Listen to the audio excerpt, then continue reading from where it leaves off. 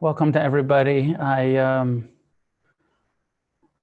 love to start by welcoming everyone to Against the Stream and talking about how important it is to gather together to build community. And the Buddha's teaching and taking refuge in Sangha, but it doesn't feel, since most people are still at home, it doesn't feel so much like gathering together as Sangha, although there's the online Sangha, which is growing and strong, and people have been connecting at home for the last few months. And then there's a handful of people coming now to the center, and the in-person Sangha also growing. Hey, Jonathan, welcome. Nice to see you.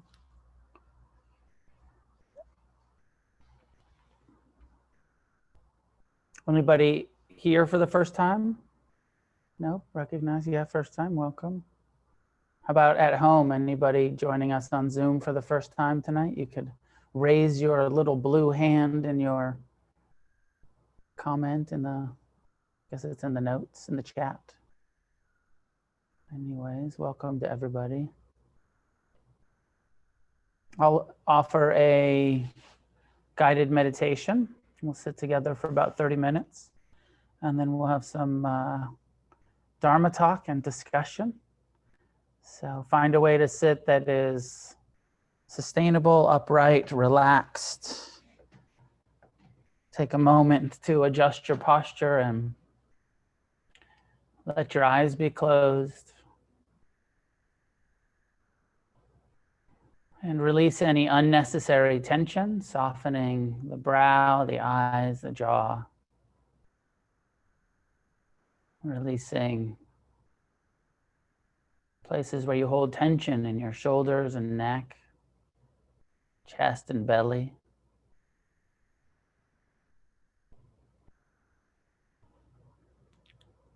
Often tension is a subtle form of resistance, so we release it in order to open to our own attention as we establish mindfulness. Present time, non-judgmental, investigative awareness. Bringing our awareness to the here and now with an attitude of friendliness, of kindness. The intention to be patient and tolerant with our own minds and bodies. To be merciful and compassionate with any unpleasant feelings, sensations we have.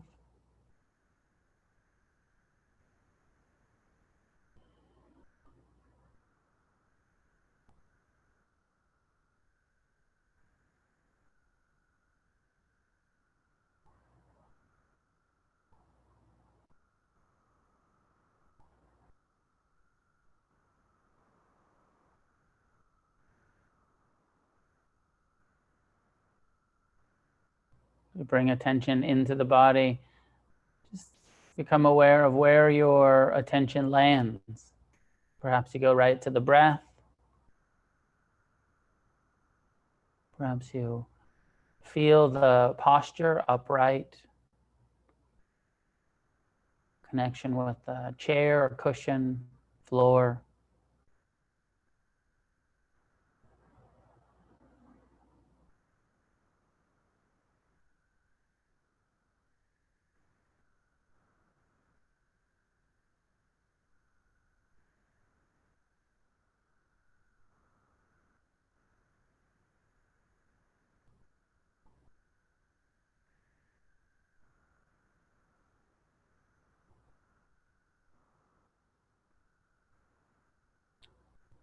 In this human body, we have 6 senses.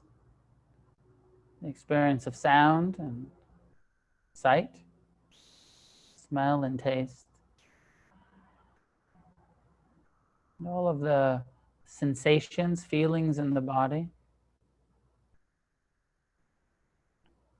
and the mind, which produces plans and memories and emotions.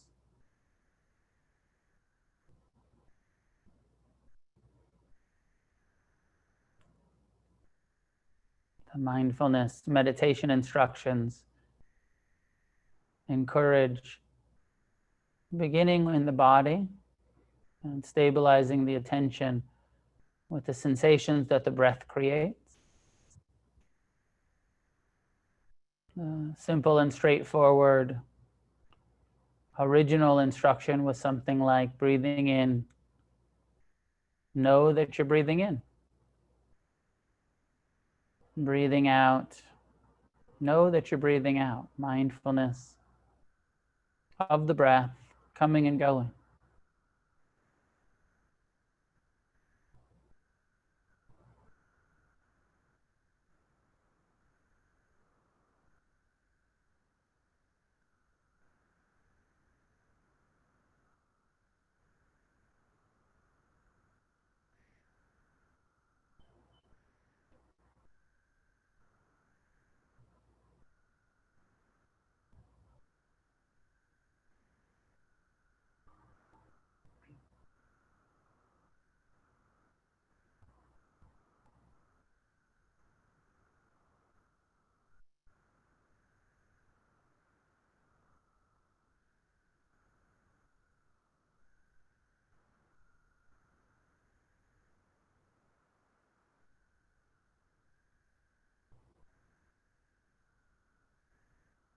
Of course, our attention isn't very good at staying present with the breath. We get drawn back into thoughts of the future or past, fantasies. And so the effort is the returning, reconnecting, disengaging from the mind, the contents of the thoughts that are happening right now, coming back to the body, breathing. And you may feel that at your nostrils or chest or belly.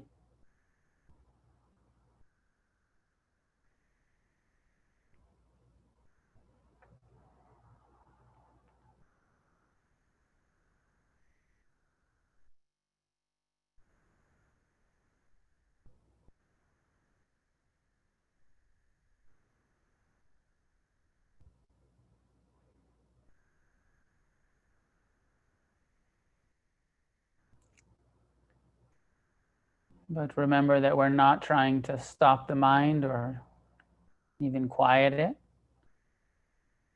Let the thoughts continue of their own nature in the background. And just keep returning to the breath for now.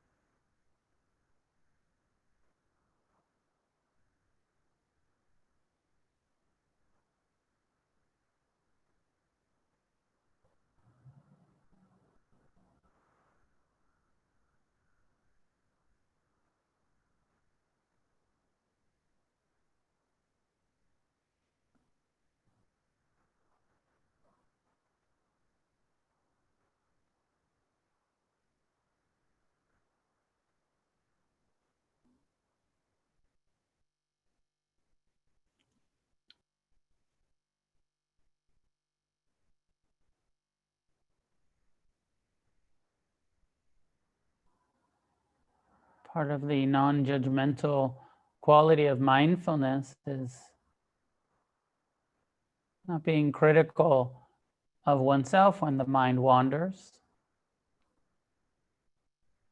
but understanding that this is a natural process, natural part of meditating, and gently returning with a kind, a friendly attitude, coming back to the body, reestablishing awareness of the body breathing.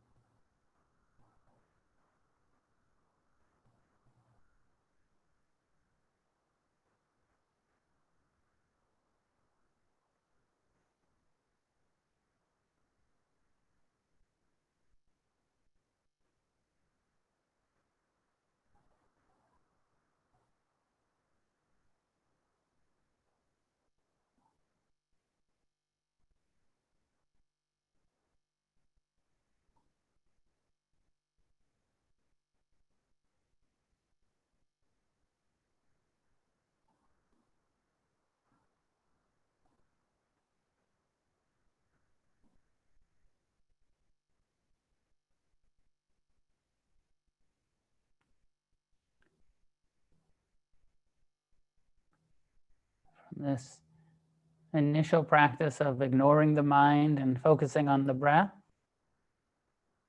the instructions invite us to become more inclusive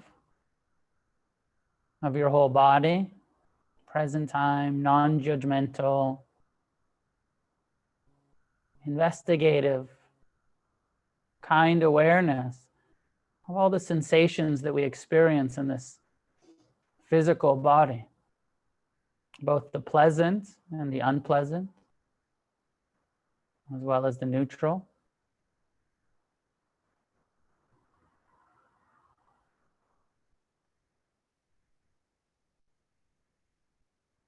To include the sense doors of sound and sight, smell and taste.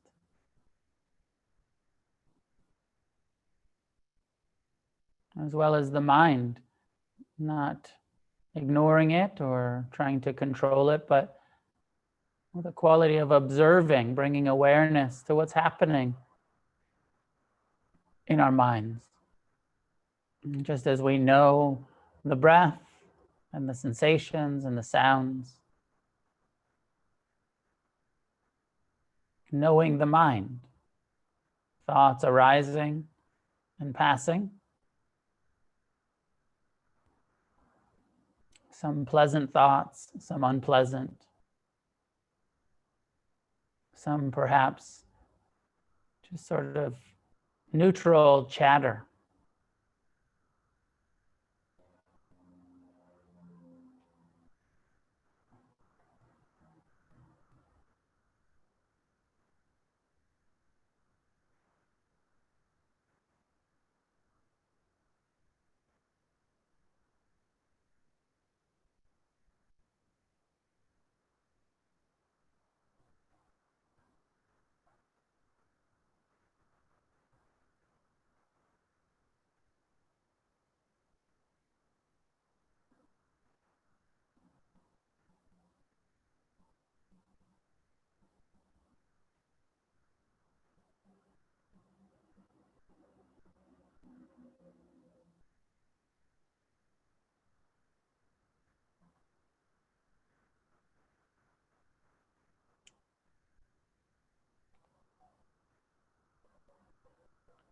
Of course, there's too much happening for us to receive it all.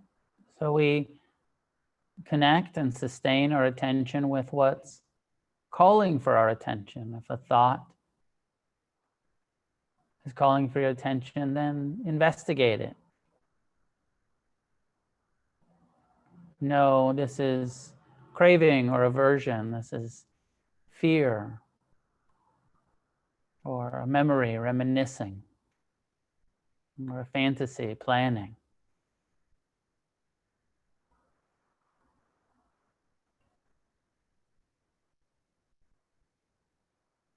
Becoming more and more intimate with how our minds work. And how so much of the mental phenomena is not volitional. We're not trying to have these thoughts. They just keep coming, proliferating.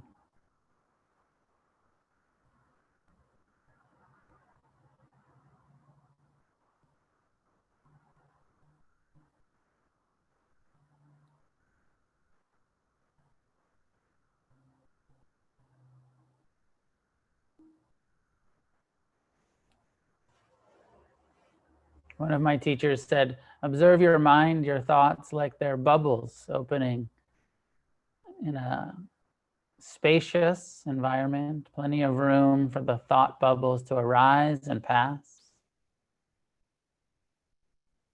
With more interest in the process of arising and passing, changing, than in the content of the thoughts.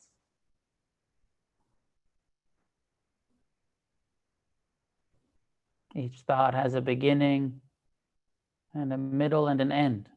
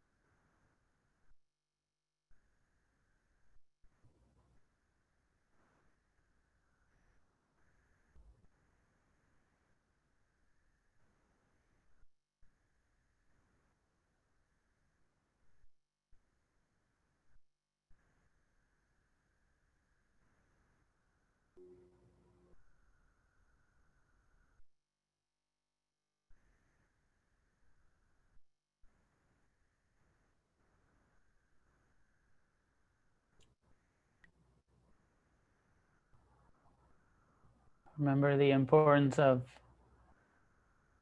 kindness towards your own mind rather than trying to beat it into submission. More of a accepting, friendly, forgiving attitude towards the mind's bad habits, the judgments and fears.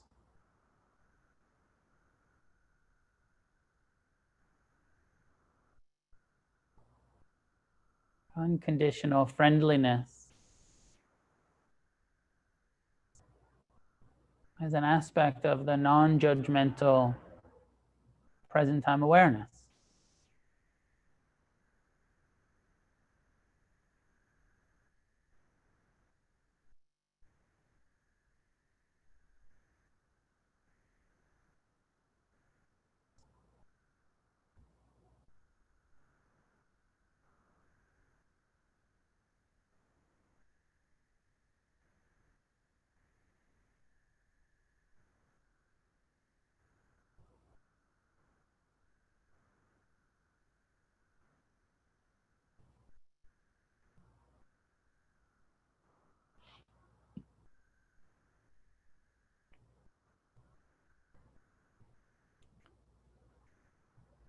For the last couple minutes, I invite you to join me in extending loving kindness, unconditional friendliness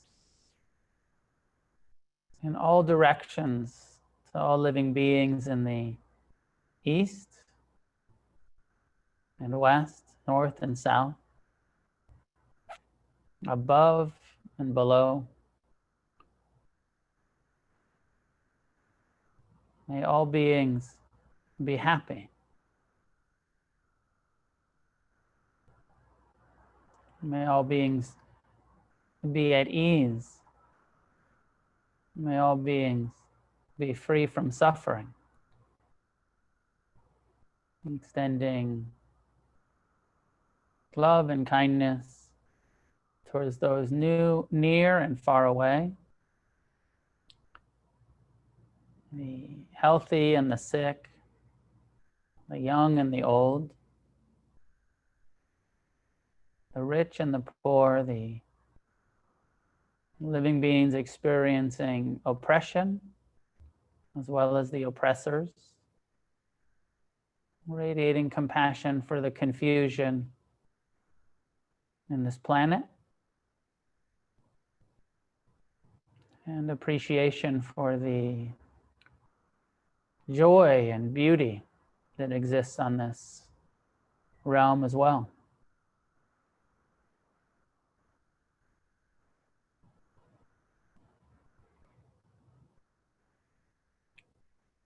And as we extend loving kindness to all beings, remember to include oneself as part of the all.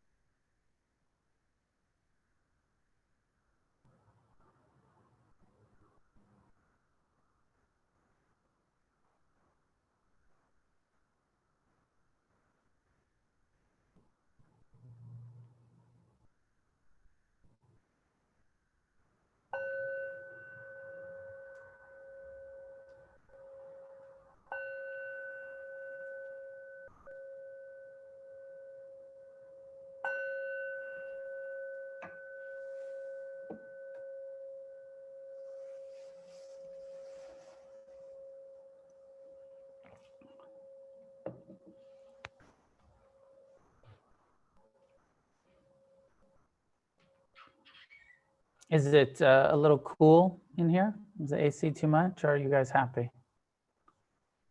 It's okay? All right. Cool. Good to see everybody at home. 2, 4, 6, 8, 10. Like 11, 12 people is the number that are showing up each week here, and there's 54 of you at home. The online, the Zoom Sangha.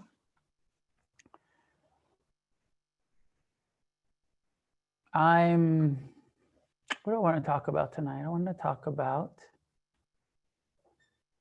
a whole bunch of stuff. I want to talk about freedom, and how do we get free, and what's it mean to be free, and all of Buddhism. There's this saying that the Buddha only taught one thing, how to end suffering. Sometimes it's said, he said, I only teach the truth of suffering and how to end suffering. And that's all that Buddhism is really about, is how do we as human beings alleviate suffering? And then part of the question is, and then what? What if we weren't suffering so much, what would life be like? What would it be like if there was freedom? Quite interested in that, and sometimes I'll frame it, and sometimes we'll frame it as, well, we'd be happy. What is happiness? What is, maybe a Buddhist idea of happiness is different than the general materialist view of happiness that thinks, I'm only happy when I'm getting the stuff that I want, or the attention that I want, or the things are going the way I want, then I'm happy. And maybe even in this metta phrase, the loving kindness phrase, may all beings be happy, it's certainly not a wish for everyone to get what they want. It's much more a wish for us all to learn to be content and happy with what is, rather than whether we're getting what we want or not, whether we're, whether with my mind as it is, with my body and its process of aging and subject to sickness and death. May I learn to be at ease with nature, with the reality.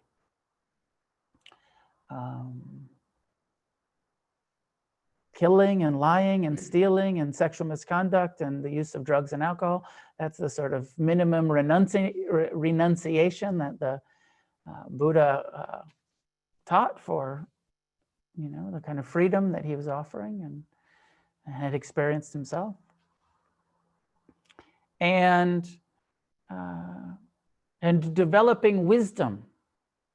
And, these first two factors of the Eightfold Path, the wisdom of right view, of seeing nature, reality, the world, ourselves, seeing ourselves clearly, free from delusional ideas and conditioning, and actually seeing, and of course it's meditation that reveals right view, that allows us to know who we are, what's happening here, what it is like to have a mind. And this is why it's so important in the meditation instruction that we have to go beyond ignoring our minds or trying to calm them or quiet them, or to just observing the mind. Because in order to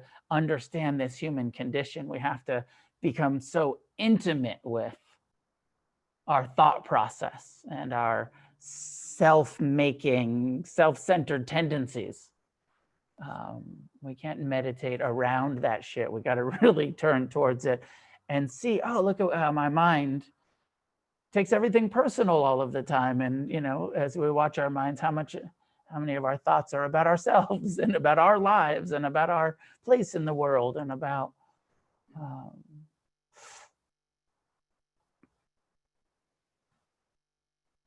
I saw some cool social media post. I forget exactly what it said, but it was like posted in the window of a business, and it said something like, stop making it all, stop inserting yourself into what's happening. When we're talking about the social, political, or the pandemic, or, how often it's just like this myopic, it's about me, my place in society, my place in my rights, and the mind just does that all by itself. We can say stop doing that, but your mind is going to keep doing that. Of course, it's not so personal. It's not, you can't just stop doing it, but we can see our tendency to take everything personal and tend to make things about ourselves and inserting ourselves into conversations that aren't about us. And we can stop doing that so much. We can stop believing the mind when it says, you know, you should really insert yourself into this conversation. And say, that's not such great advice that the mind gives us.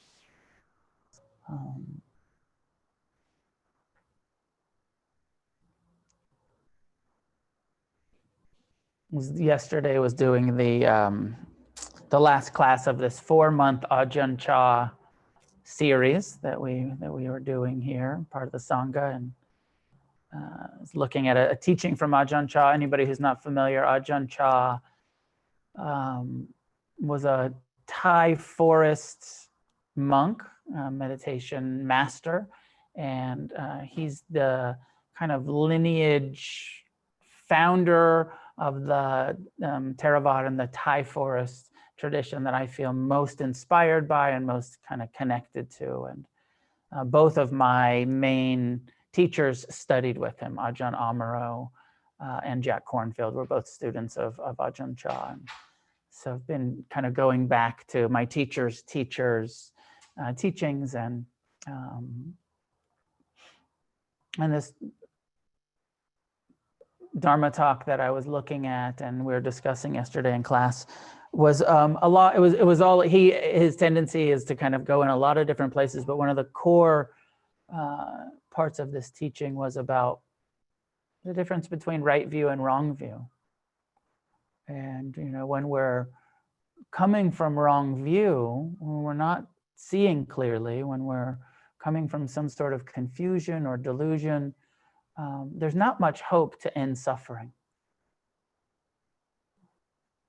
right? If that's what you want to do, if you want to end suffering, or if you want to say that in a positive way, if you want to be happy, there's not much hope for happiness for if you're deluded about the causes of happiness.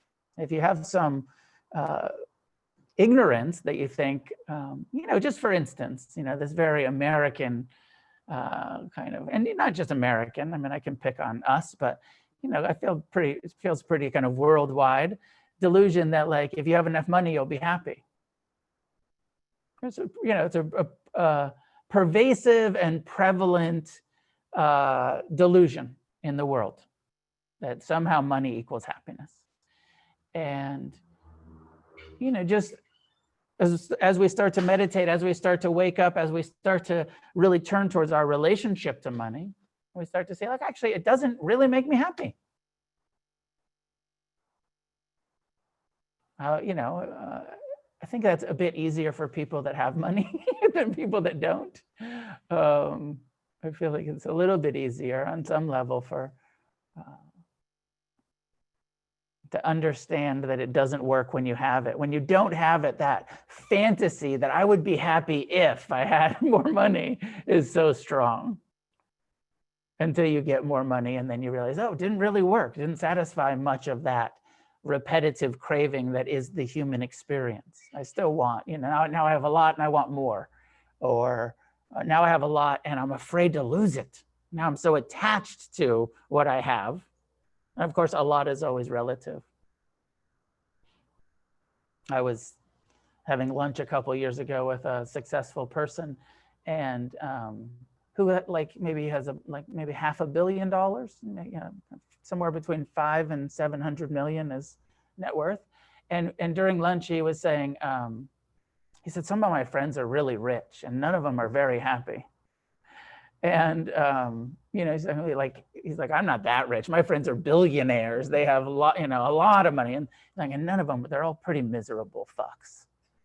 And you know, no matter how big the yacht is, it's not satisfying.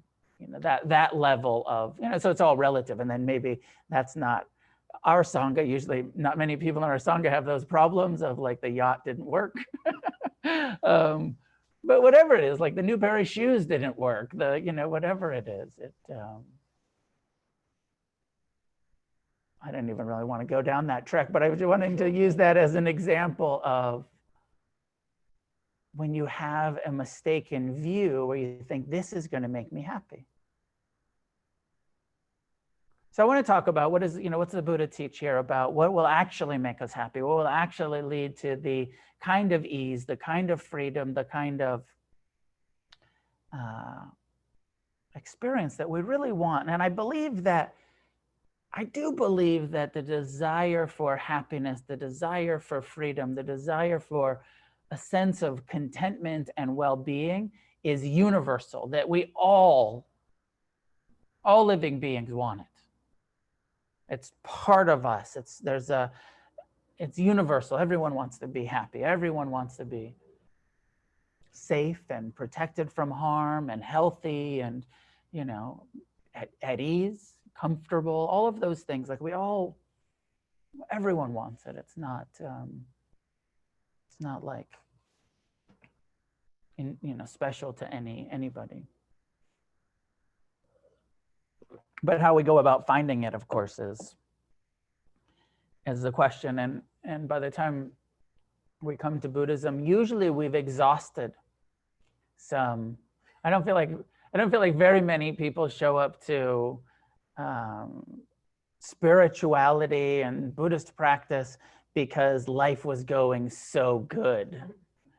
And they were getting everything they wanted and they were so happy. They thought, life is amazing. Maybe I should also meditate and it would be even better. I mean, once in a while, maybe that's the case, but rarely. Usually there's some dissatisfaction, we've reached a dead end with the material or the sensual or the, a lot of our Sangha, coming from the suffering of addiction and saying like, okay, that didn't work,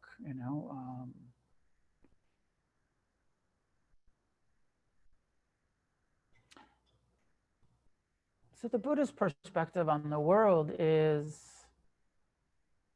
a couple things. I'm not going to do the whole right view talk, more my own sort of, I feel like there's, I want to call this like 3-3-2 things that we need to know. 3 things that we need to know. First list of 3 are the 3 characteristics of reality. This is the Dhamma. This is understand, everything's impermanent.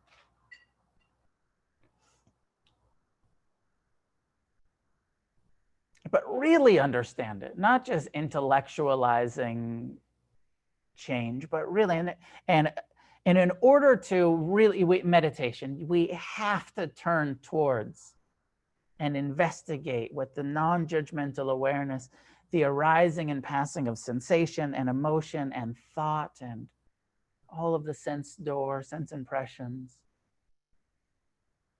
Anicca, in the Buddha's word, all conditioned phenomena is transient.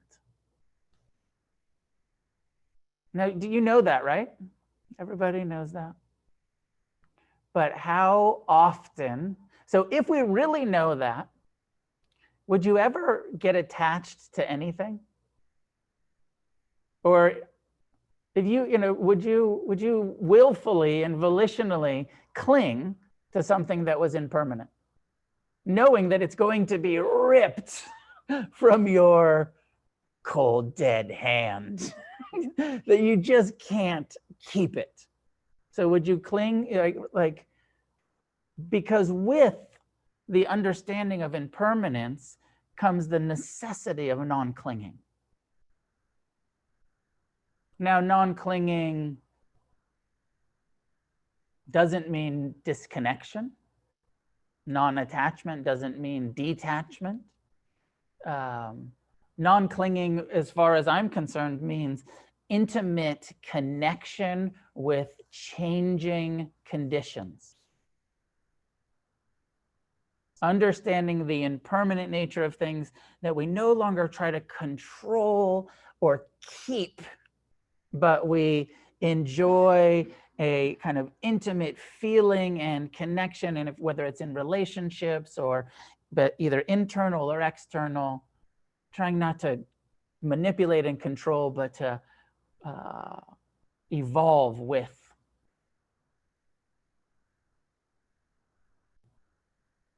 the changing phenomena. So number one, impermanence. And then we all have to have the humility to be like, yeah, I kind of know that, but I also kind of cling all of the time because I forget. Because I don't really know it deeply enough to let go. And so that's so much of our practice is learning impermanence and waking up to like, oh, I'm clinging again, trying to control, trying to manipulate, trying to keep something that I don't get to keep, that I get to enjoy as it arises and passes through the mind or the heart or our lives. Or second characteristic is that because, also very much connected to anicca, impermanence, is, and the Buddhist word is dukkha, but it's not the same definition of dukkha as the first noble truth. And the first noble truth, we say dukkha is, and we translate it as suffering. There is suffering as a noble truth. It is a universal experience. But here in the characteristics, we use the same term dukkha, but it's more like unreliable or uncertain or unsatisfactory. Because everything is impermanent, nothing is quite reliable. You can't really rely on impermanent phenomena because it's going to change. Because everyone is impermanent, they're going to die. You can't really rely on impermanent, on some level. Of course, we can't take this again. We can't take the unreliable to the point of like detachment and avoidance and like I can't rely on you, so I'm not going to connect and trust. And still, we connect and we trust and we develop relationships and we take refuge in things that are somewhat, hopefully, relationships and communities that are hopefully somewhat stable, but ultimately understanding the view that they're not 100% reliable, or we're not going to get all of our satisfaction from any external source or any kind of temporary meditative or spiritual experience, right? Even the greatest blissful, joyous, heart exploding meditation that you have is impermanent, and you can't rely on that meditative phenomena for your happiness, because it's going to arise and be interesting and it's going to pass. And then your mind's going to get loud again and critical and self-centered and all of those things that the human mind does.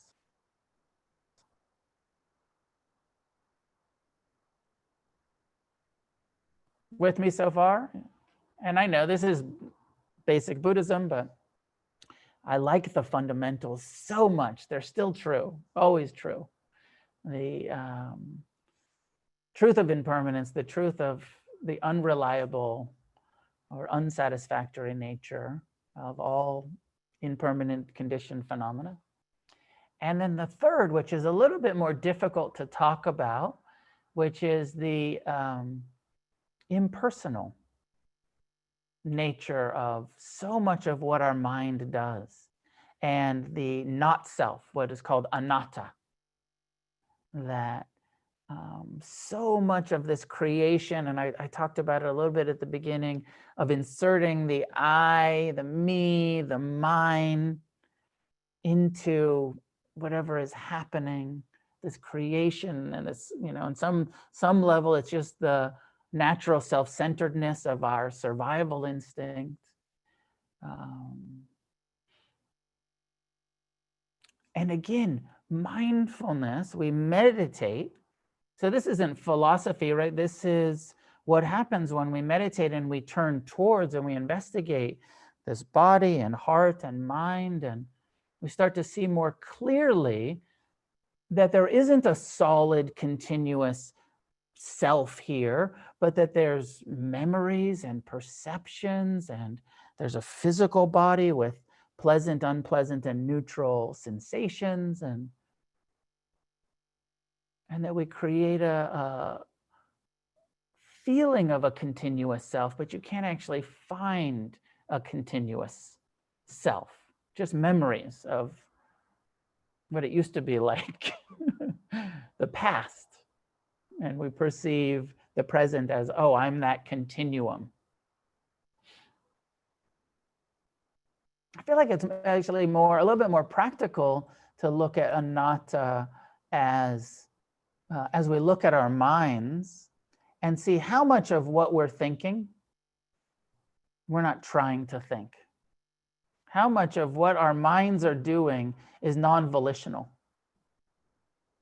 I like to think about this as, the mind has a mind of its own. Like, and you learn that pretty quickly in meditation, right? You sit down in meditation and you, on some level, almost all of us come with an idea of like, I'm going to meditate, I'm going to get my mind quiet. And then you sit down to meditate and your mind's like, fuck you, I got plans and memories and shopping lists to do and, a whole bunch of stuff about myself to think about and a whole bunch of fears about the world to worry about. And you're like, shh, I'm meditating. Your mind's like, yeah, you go ahead and meditate. I'm going to stress out. Or do, have a fantasy in some way or another.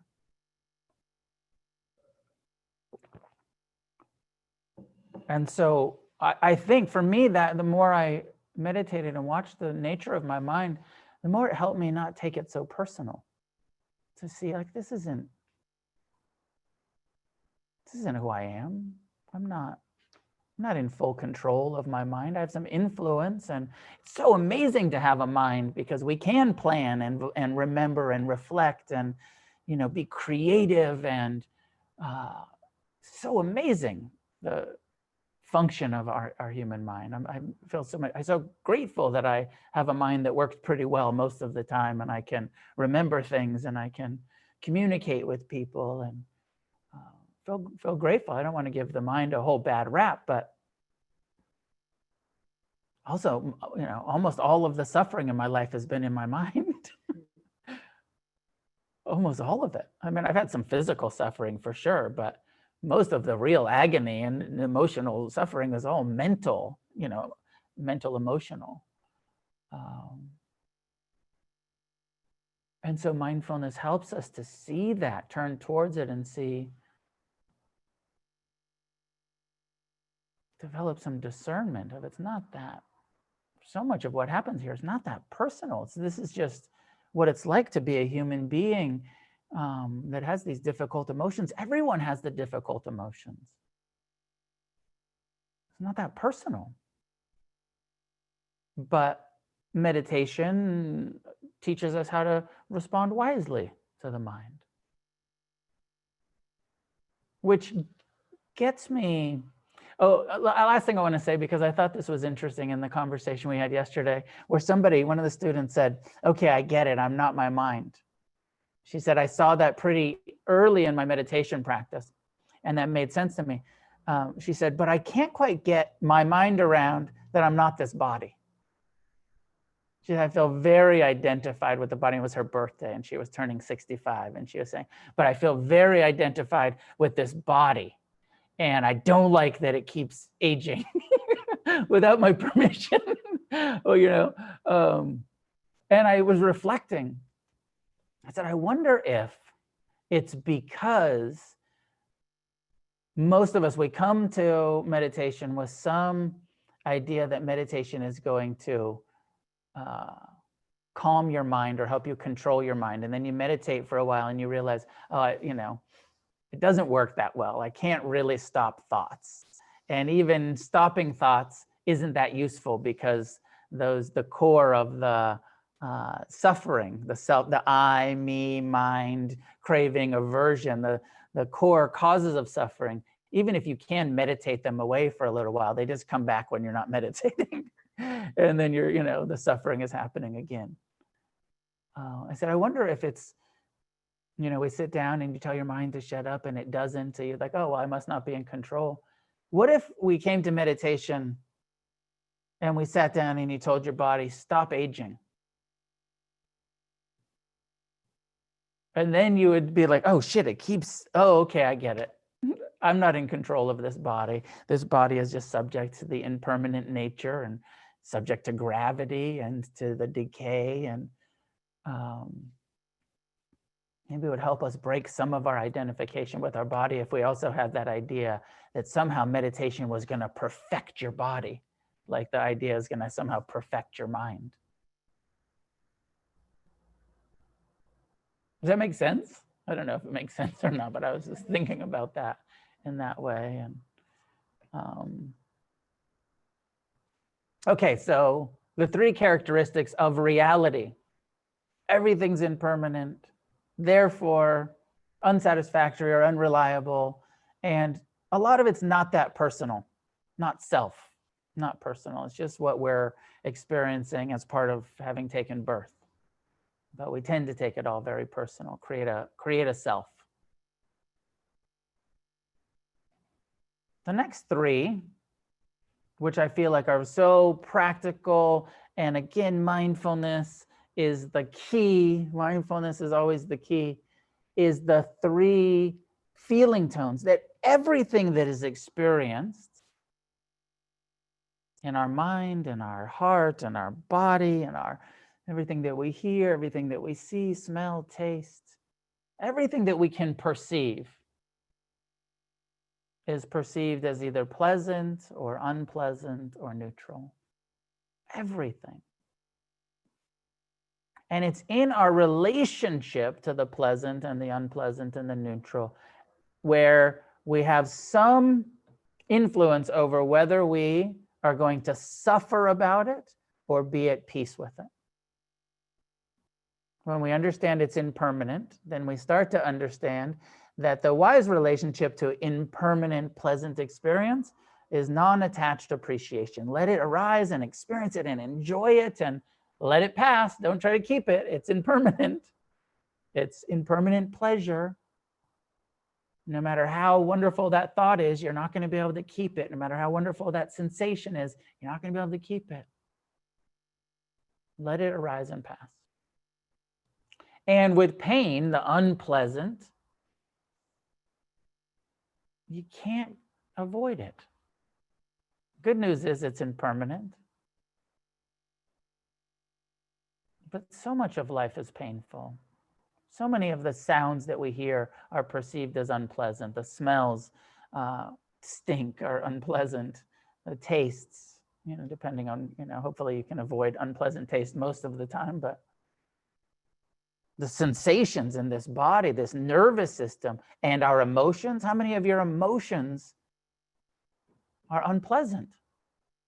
Worrying is unpleasant, anger is unpleasant, fear is unpleasant. And, we live in this emotional producing mind and body that just produces unpleasant experience for us all the time. So if we don't have a lot of tolerance and compassion for these impermanent, unpleasant experiences, then we suffer a lot.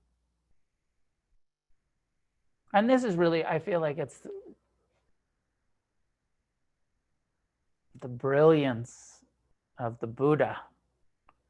Our happiness or unhappiness is not dependent on what's happening or it being pleasant. You don't have to have pleasure to be happy. You have to have non-attachment to be happy. You don't have to get rid of pain to be happy. You have to have compassion for pain to be happy.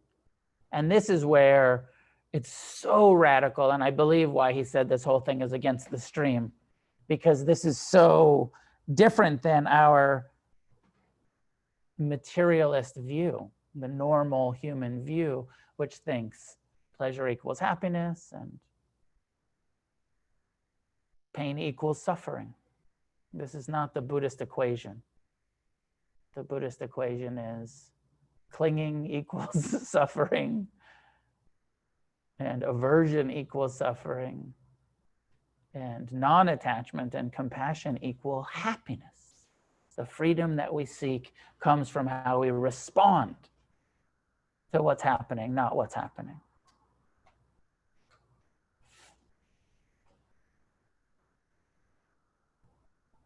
So that 3 is understanding the impermanent, the impersonal, the unsatisfactory, and then really bringing the lens of the second foundation of mindfulness. Everything is being perceived as pleasant, unpleasant, or neutral. And it's in our relationship to those moments of pain, those moments of pleasure, whether it's our own mind or experience in the world, how we respond. And we train ourselves to respond. And again, we're going against our own wiring. Our survival instinct says cling. Our survival instinct says fight or flight or freeze if it's painful, if it's difficult. What we're doing in meditation, sitting here with our achy knees and our sore backs and our loud minds, is fucking radical development of tolerance for discomfort, which leads to mercy and compassion and an intimacy with unpleasantness that most people don't have. Have you noticed? People don't know how to be uncomfortable. And most of us didn't know how to do that either before we got desperate enough to say, okay, I'll fucking meditate. You know, I will learn to have an achy back and sore knees and a loud mind and tolerate it. I will learn how to do that so that I can have some happiness in this life in the midst of all of the unavoidable pains and difficulties that we will continue to face.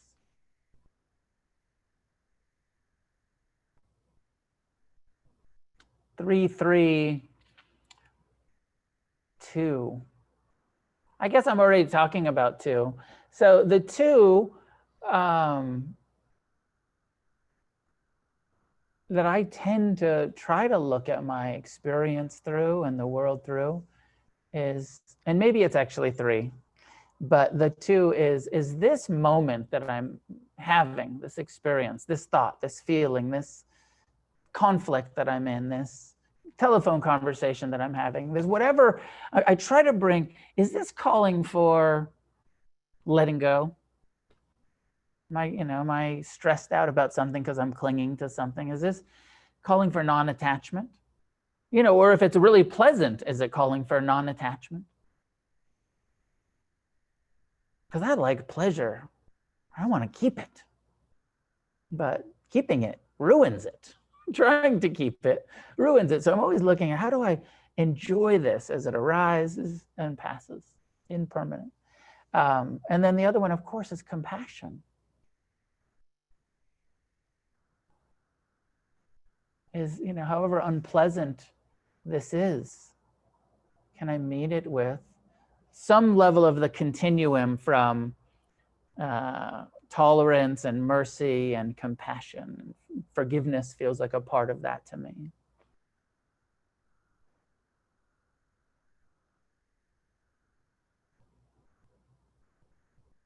Ajahn Chah tends to always come back around to the advice, which is let go. Let go. Let go of anything that we're clinging to. That's the summation of the Dharma practice, the solution. Let go. Now, I like that, and I feel like in meditation that's really important, and letting go is important. But I also am often concerned that we could use or perceive letting go as some sort of complacency of inaction.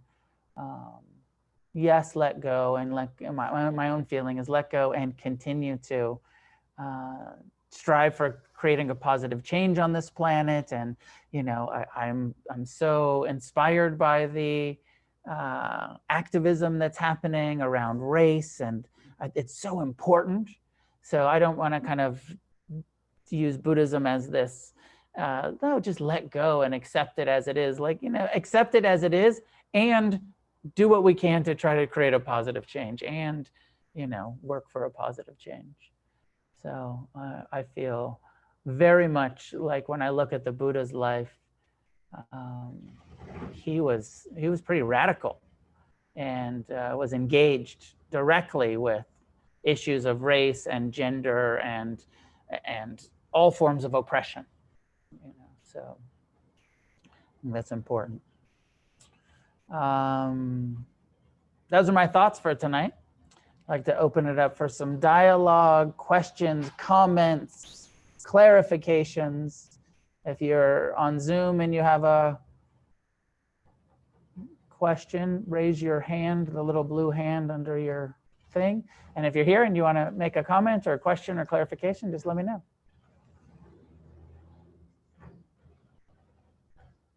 Please. So I usually get stuck on this concept of what I don't know what the hell it means to have compassion for your own suffering.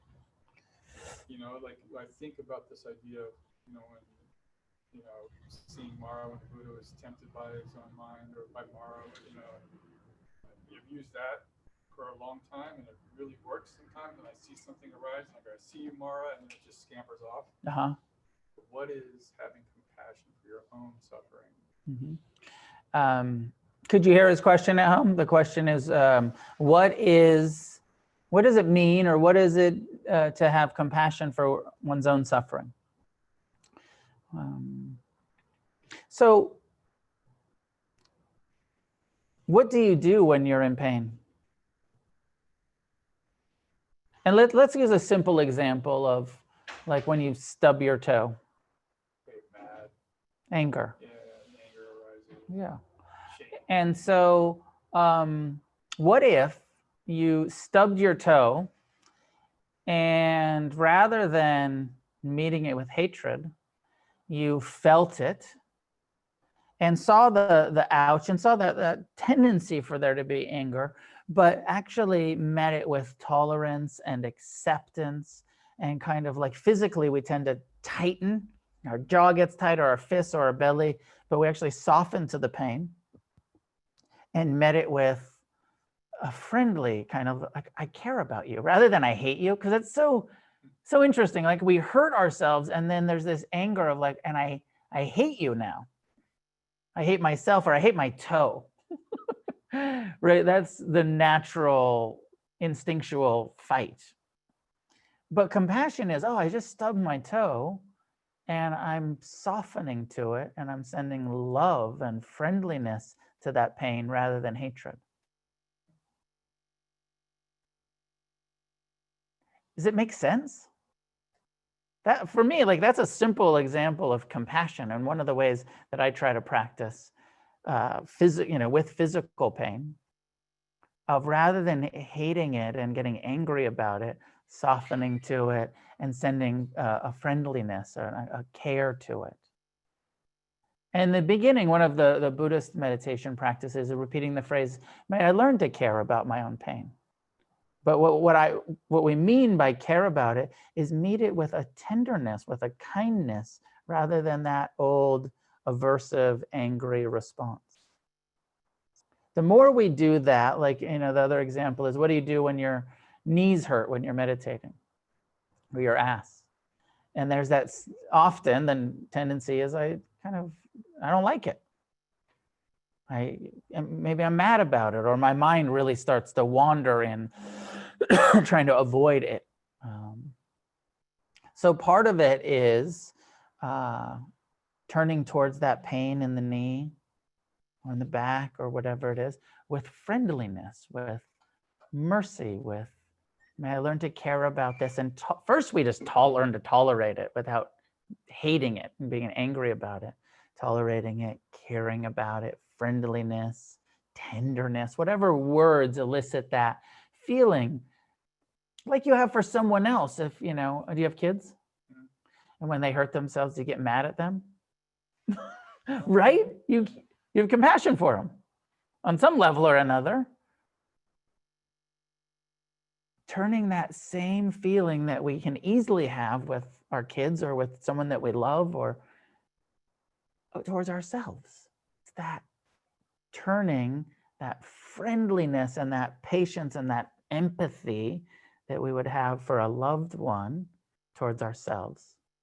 Now, of course, Buddhism takes it, I know your question was self-compassion, but then there's this bigger picture of, now can we also develop that towards everyone, even our enemies, right? Rather than celebrating their suffering, can we actually bring compassion towards all suffering, all forms of people who are in pain and are suffering? But there's something about, it's so radical to do it from the inside. It's counter to our survival instinct. It's part of the rewiring, the reprogramming, that we're doing in meditation. I hope that helps. Couple questions at home.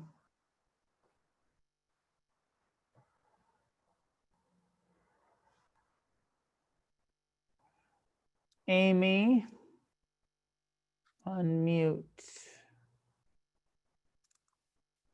Right. First of all, I just want to say thank you, because I definitely appreciate learning these things, and just being able to be here when I wouldn't have been able to be in your actual class. But so I feel like since I've started meditating, I've had situations where I should answer it with compassion, and instead I've come a long way. I still revert to some old thoughts and feelings.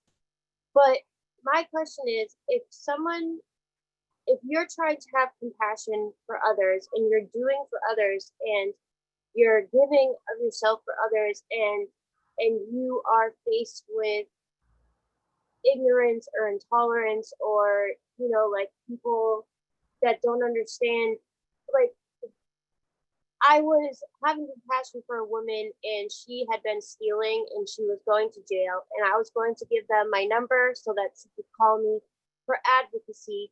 And before I knew it, I was being pulled aside and questioned and searched about if I had anything to do with this crime. And even though I told them, I didn't, like, they didn't believe me. And in that situation, I knew I was powerless, and I knew I had to have patience and tolerance and compassion for those who don't understand this lifestyle. But how far would you follow it? Would you follow it to the point, would the Buddha follow it to the point of maybe getting into trouble, or getting into, like, this day and age? I feel like it's very hard to know the boundaries, like the limitations of my practice and dealing with the rest of the world, if that makes sense.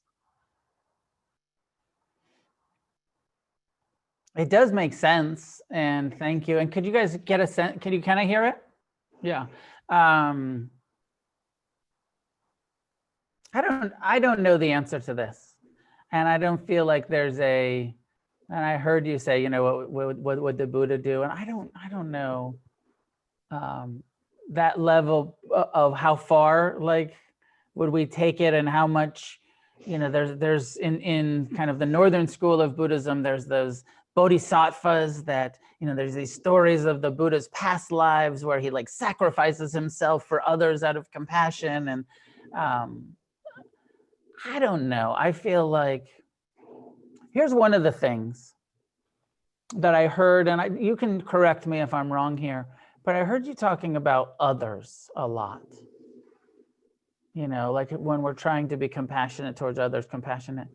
And I know you heard me in the meditation tonight say, all beings. And remember to include yourself in all beings.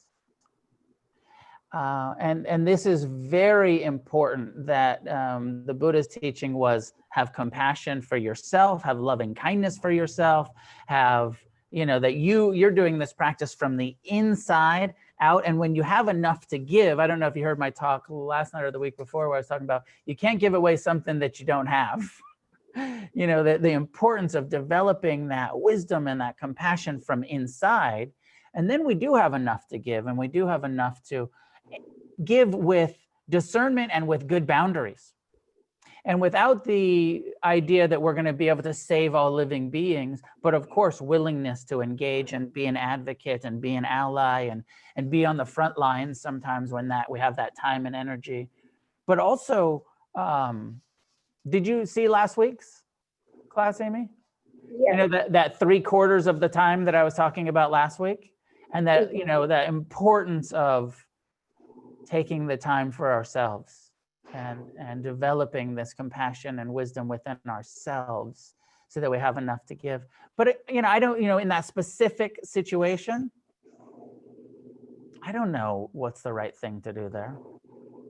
My sense is that your intentions were good and you were trying to be helpful and trying to be compassionate, and then you know, put yourself in a situation where you got some shit. You got, you know, almost got arrested or whatever happened there. And that's, you know, that was also an opportunity for practice of like, okay, I'm trying to help this person. Now I'm dealing, was it a police? Now I'm dealing with the police, and, you know, this is a suffering being too. You know, there's, I'm not a big fan of police myself, but they're also just suffering human beings. And, you know, like we can't forget that, you know, they're just suffering human beings too, like the rest of us. So I don't know if that's helpful, but welcome. I'm glad that you're here joining us. Where are you from? I'm from Massachusetts. I live in Maine right now. Maine. And yeah, I definitely understand. It's definitely been an opportunity to learn a lot. So Right. I appreciate that. Thank you, Amy. Anybody else here? Comment? I think we're running a little short on time. Let me say, I've got a comment from Alan. It's mostly just praise, though, and I don't need to read that to everyone. That was private to me. Tibby. It was just Alan being nice to me. Tibby, go ahead. And this will be the last one. When you were, should I go? Yeah, go. When you were talking about the Buddha saying, I mean, I've heard it from the beginning of coming to you, right? The Buddha saying, be kind to ourselves, show us the compassion, right, ourselves. Is that, when you were talking about it tonight, I started thinking, well, we think of that as selfish, right? Or self-centered, like, well, we own ourselves. But really, that is the same as all other matter. It doesn't belong slowly. It's not for us to hold on to it or claim possession. It's just the same as anything else, right? I don't know. I like what you're saying. Because we don't possess it. When we possess it, then it becomes almost greedy, right? Or whatever. But yeah, when it's not ours, so why would we? It's just there momentarily. Yeah. Traveling. The image of the Buddha touching the earth. A lot of statues have him touching the earth.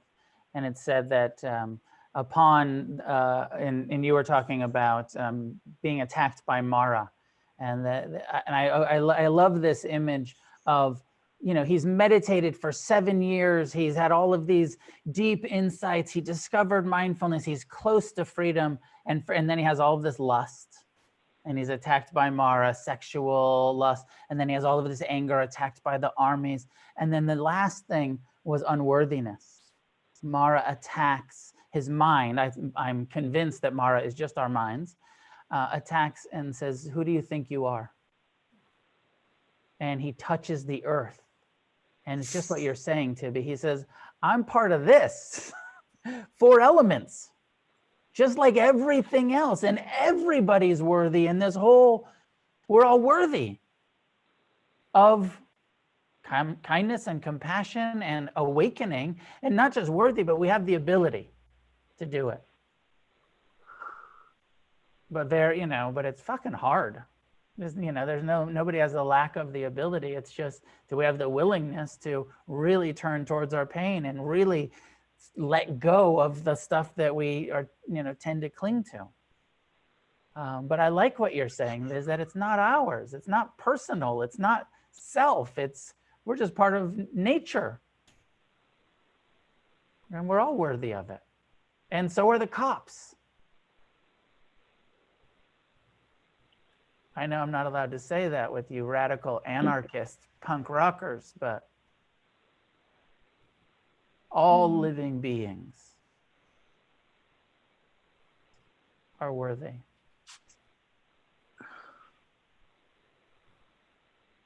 So I think that we're out of time to, let me see, I look, I see, yeah, I lost a couple of the questions here. Rick, let me see if I have a quick answer.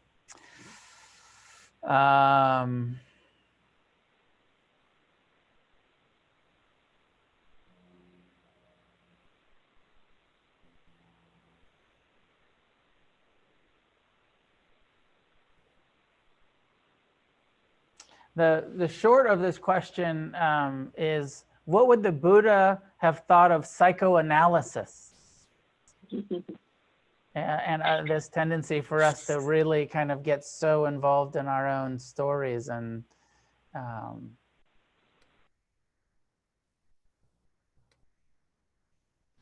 don't know, but I feel like a lot of meditation, and the third foundation of meditation is, you know, sort of self-analysis, analyzing your own mind, and looking at the memories of, you're talking about the frequent focus on the past.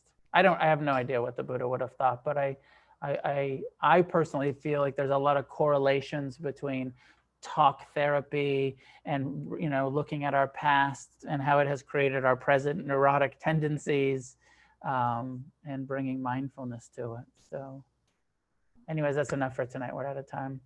I'm going to be out of town next week, but Monday night will still happen. Jason Murphy is going to substitute for me. Please still come and join the Sangha, and come in person and sit if, you know, join the Sangha. So I'll be back the week after next. I'm taking a little vacation. So hope everybody's well. May any goodness that comes from our practice be shared outward in all directions with all living beings. And class is done by donation. If you're at home, you can donate through the website, through the Venmo, through the PayPal. Please be generous. Please consider becoming a monthly supporter of Against the Stream. And if you're here, you can donate. There's a bowl up on the table there if you have cash, or there's the Venmo and the PayPal stuff over there too. And if you have a card and you want to run it, I could also pull out the card reader. Thanks, everybody. Good to see you at home. Good to see you here. So nice to have people in the room. We'll see whether or not they're going to continue to allow this, or they're going to shut us down again. But we're going to try to stay open, try to meditate together. It's important. Wear your masks, wash your hands, drink lots of water, eat green things, exercise. All right. Talk to you soon.